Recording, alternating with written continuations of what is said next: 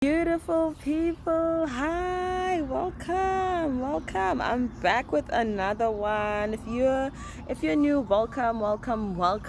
I really hope you enjoy this video. I really hope that you connect to me, and if you do, don't be afraid to give it a thumbs up and to comment, to share, and to subscribe. Join the family, join the Divine Water Goddess Nation. Okay, we're healing up in these streets. We're healing, we're connecting to our divine truth, we're connecting to our heart, we're connecting to our soul, our spirits, and we're evolving, mentally, emotionally, and spiritually. Okay, we are improving our lifestyle, we're improving our relationships, we're improving how we feel about ourselves, first of all. Okay, so that we attract and we become the best version of ourselves. Okay, however that looks for you, because it doesn't have to look the way it does for me or for your neighbor or for your mother. But we're letting go of other people's expectations, we're becoming one with ourselves, we're healing, and we're just taking it to the next level in this season. Okay, so I really hope that you enjoy, and if you do, as I said, subscribe. And if you're a member already, what's up? So I'm outside today. I decided to get some good vitamin D, just to connect with the sun while it's still early, to sun gaze, because it's so beneficial, it's so healing, it's good for the spirit, it's good for the mind, it's good for the pineal gland. Okay, to calcify it, to clean your spirit up, to just have your mind balanced. Okay, so it's wonderful, and it's good for your eyes as well, believe it or not. Okay, not when it's like blazing at like 12 in the mid sun, but right now while it's still rising, and in the afternoon and setting, it's just wonderful to just look into it, and connect. Wonderful, it's very wonderful. And the moon as well, like in the afternoon, especially now because it's a full moon, I get out there and I look at the mother, the moon, the goddess, and just connect and tap into that energy. Okay, so I just wanted to do like a quick little video. Like I realize that I haven't spoken about this, and this is something that I really work on in terms of the healing services that I provide, and everything that I've been like telling you guys that I'm going to be doing now. Okay, I want to talk about the inner child. It's going to be a very quick video because I don't want to make this video too long, guys. So I want to tell you what the inner child is, and how to heal it. Okay, like the steps that you can take to heal it. But I'm going to be going in more detail in the course, the online course that I mentioned previously, that I'm going to be doing for you guys, and also one-on-one consultations. We're going to be kind of tapping into the inner child. Okay, so the inner child, guys, is basically you. It's the child inside of you. You don't really actually ever age. Okay, age is an illusion, to be honest. I know maybe you'll be like, what are you talking about? I feel and I look like I'm 30 or 40 or whatever.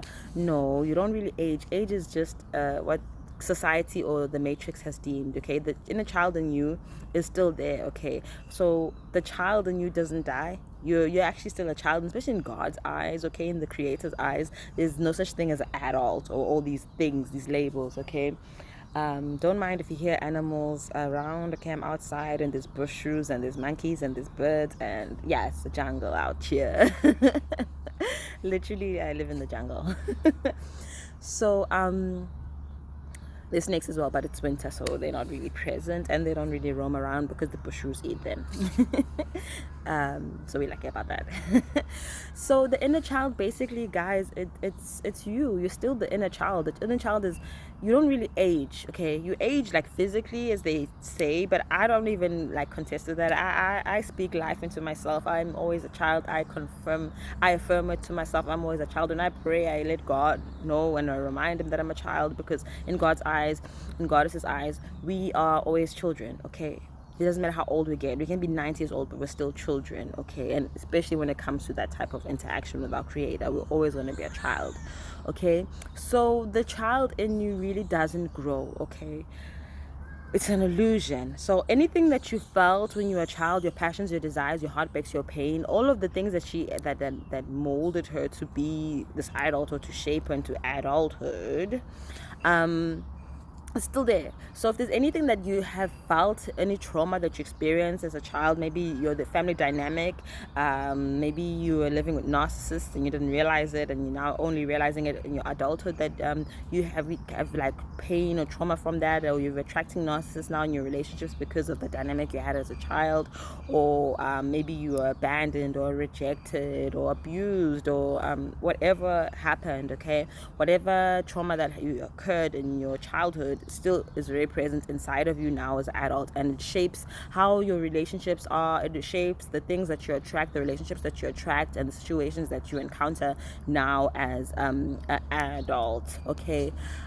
So it's so important to actually also listen to that child, because we end up stop listening to that little voice, that kid, that child, because we get told to grow up, you're gonna do this and that, like society kind of pushes you to like fit into the matrix to get into adulthood or whatever. So we end up stop listening to that little girl voice or the little boy voice, that childlike energy that we have inside of ourselves, and we feed other people's agendas and the programs in this world. And then the inner child, eventually when we end up getting older, she becomes bitter, angry, depending on what a turn of events happened for her. Did you follow your dreams? Did you allow yourself to do what you love? Did you shut her out? Like for me, I shut her completely out. I shut her desires out, her passions, her beliefs, everything, because of the traumas that I had and that I had to face inside of me, and trying to please people and trying to grow into adulthood, okay. Like, let me just give you an example. For me, some of the fears and the things that trauma that I experienced as a child, I was like judged a lot as a child, okay. I was called crazy and stuff because I used to talk to myself, and I never knew that at the time that I was never talking to myself, that I was actually a gifted child, that I was a spiritual child, that I had guardians and angels that I would speak to. So I got shamed out of that gift. I got embarrassed and shamed out of that thing of me talking to myself, and that kind of caused me to like suppress it, to suppress my gift. And my gift actually never went away, okay. I just used other modes, and my guides would connect with me in other modes so that I could feel like more accepted, and they don't like just speak out to them like I did as a child. And that kind of caused a little bit of trauma in me, because I always felt like I needed to be accepted by people, because I felt like I was never accepted even at home. So that was like a wound inside of me, okay, of rejection, of feeling like rejection and feeling judgment, and being so judged by my family and members around me that I ended up judging myself and started judging other people, and having that negative trait, okay, of just being a very judgmental person, and having like this fear of rejection, and just now becoming a people pleaser, wanting everyone to just accept me so that I don't ever feel judged or rejected the way that I did as a child. So it gets really heavy, okay. And now you can end up carrying those traits in relationships, and you can end up being very toxic or attracting toxic people. How God will show you that that you don't love yourself by showing you like certain situations, bringing people to you that are going to show you these things about yourself that you're not willing to face, okay. So it really is individualized based on the trauma and the things that you've experienced, okay. So the first thing you ever have to do is just acknowledge that the inner child exists, okay, and that she's still there, and whatever desires and passions, like for me, I love singing and I love dancing, and I was very more into entertainment and entertaining people. But because of the fears of judgment, I really crushed down all my dreams, and it really pushed down my self-esteem. So I ended up having a low self-esteem, and I was actually generally a very confident child, very outspoken. I was judged for that as well, that I speak too much, and I get into people's business or whatever. And I ended up like judging myself, and I ended up suppressing those true states about myself. And that is really who I am, because when you're a child, you're pure, you're authentic. As much as we get molded by parents, family, and whatever to be a certain way or to act a certain way, our pure state is when we're a child, okay. That is how God connects us. That is our child, or inner child, is actually still connected to our purity. And they say, there's a quote in the Bible says that you can't enter the gates of the kingdom, the gates of heaven. The only way to enter the gates of heaven is to have the heart and the mind of a child, okay, because it's pure. Yes, so that's your pure state, okay. You're not disillusioned by the stories and the programs of this world, and you're not carrying the pain and the trauma that you've encountered, okay. You're still pure, you're authentic. And the biggest goal for life, guys, in general, and for anybody really, is to get back to that state, get back to your inner state as a child, because you never leave that state, okay. You never get out of childhood. You just, now as an adult, you're a distorted child, you're a wounded child, okay. basically, but you don't really, no such thing as adulthood, to be honest.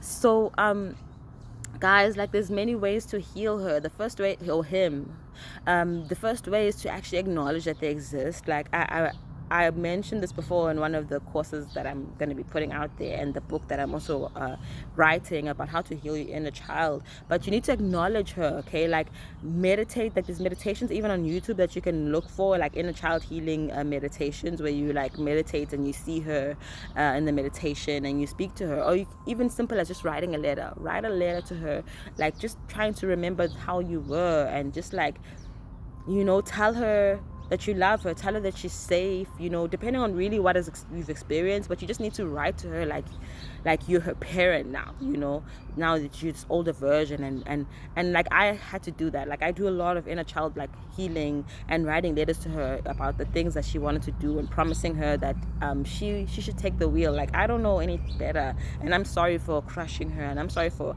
hiding her and trying to keep her safe.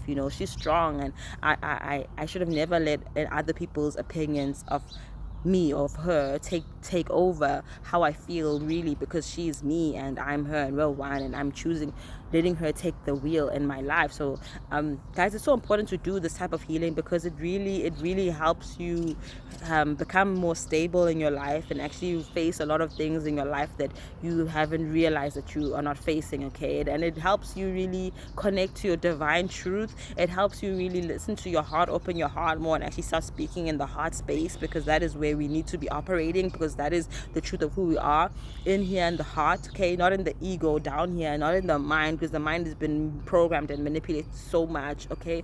In the heart is where you need to belong, and that's where the inner child really lives, because she lives in her heart. She's true, she's authentic, she's pure.